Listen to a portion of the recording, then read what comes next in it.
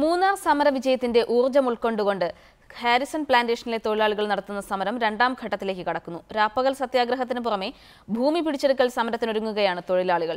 ആവശ്യങ്ങൾ അംഗീകരിക്കാനാകില്ലെന്ന് company management അറിയിച്ചതോടെയാണ് തൊഴിലാളികൾ കടുത്ത നടപടികളിലേക്ക് നീങ്ങുന്നത്.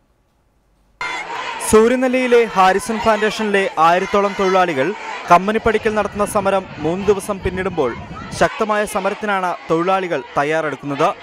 20% ബോണസ്, 500 രൂപ മിനിമം കൂലി എന്നീ ആവശ്യങ്ങൾ അംഗീകരിക്കാനാകില്ലെന്ന് കമ്പനി മാനേജ്മെന്റ് ഇവരെ അറിയിച്ചു കഴിഞ്ഞു. ഇതോടെ ശക്തമായ സമരമുറകളിലേക്ക് നീങ്ങുകയാണ് തൊഴിലാളികൾ. രാപ്പകൽ സമരം വിജയിച്ചില്ലെങ്കിൽ ഭൂമി പിടിച്ചെടുക്കാനാണ് ഇവരുടെ തീരുമാനം. ഞങ്ങൾക്ക് നല്ലപടി இந்த കമ്പനി ഞങ്ങൾക്ക് 20% ബോണസ് തരണം, 500 രൂപ ശമ്പളം തരണം.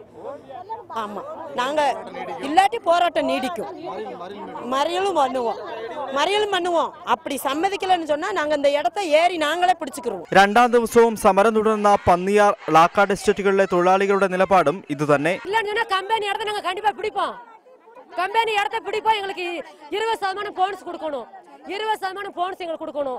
500 രൂപ ശമ്പളം കൊടുക്കണം. ഇങ്ങ വിക്കിற വിലവാസികൾക്ക് ഞങ്ങളാല ഒന്നും பண்ண முடியாது. മൂന്നാറിലേതുപോലെ ദേശീയപാത ഉപരോധം സംഘടിപ്പിക്കാനും ഇവർക്ക് പദ്ധതിയുണ്ട്. 20% ബോണസും 500 രൂപ മിനിമം കൂലിയുമെന്ന ഇവരുടെ ആവശ്യം അംഗീകരിക്കാനാകില്ലെന്ന മാനേജ്മെന്റിന്റെ നിലപാട് സമരം കൂടുതൽ ശക്തമാകാൻ കാരണമാവുകയാണ്.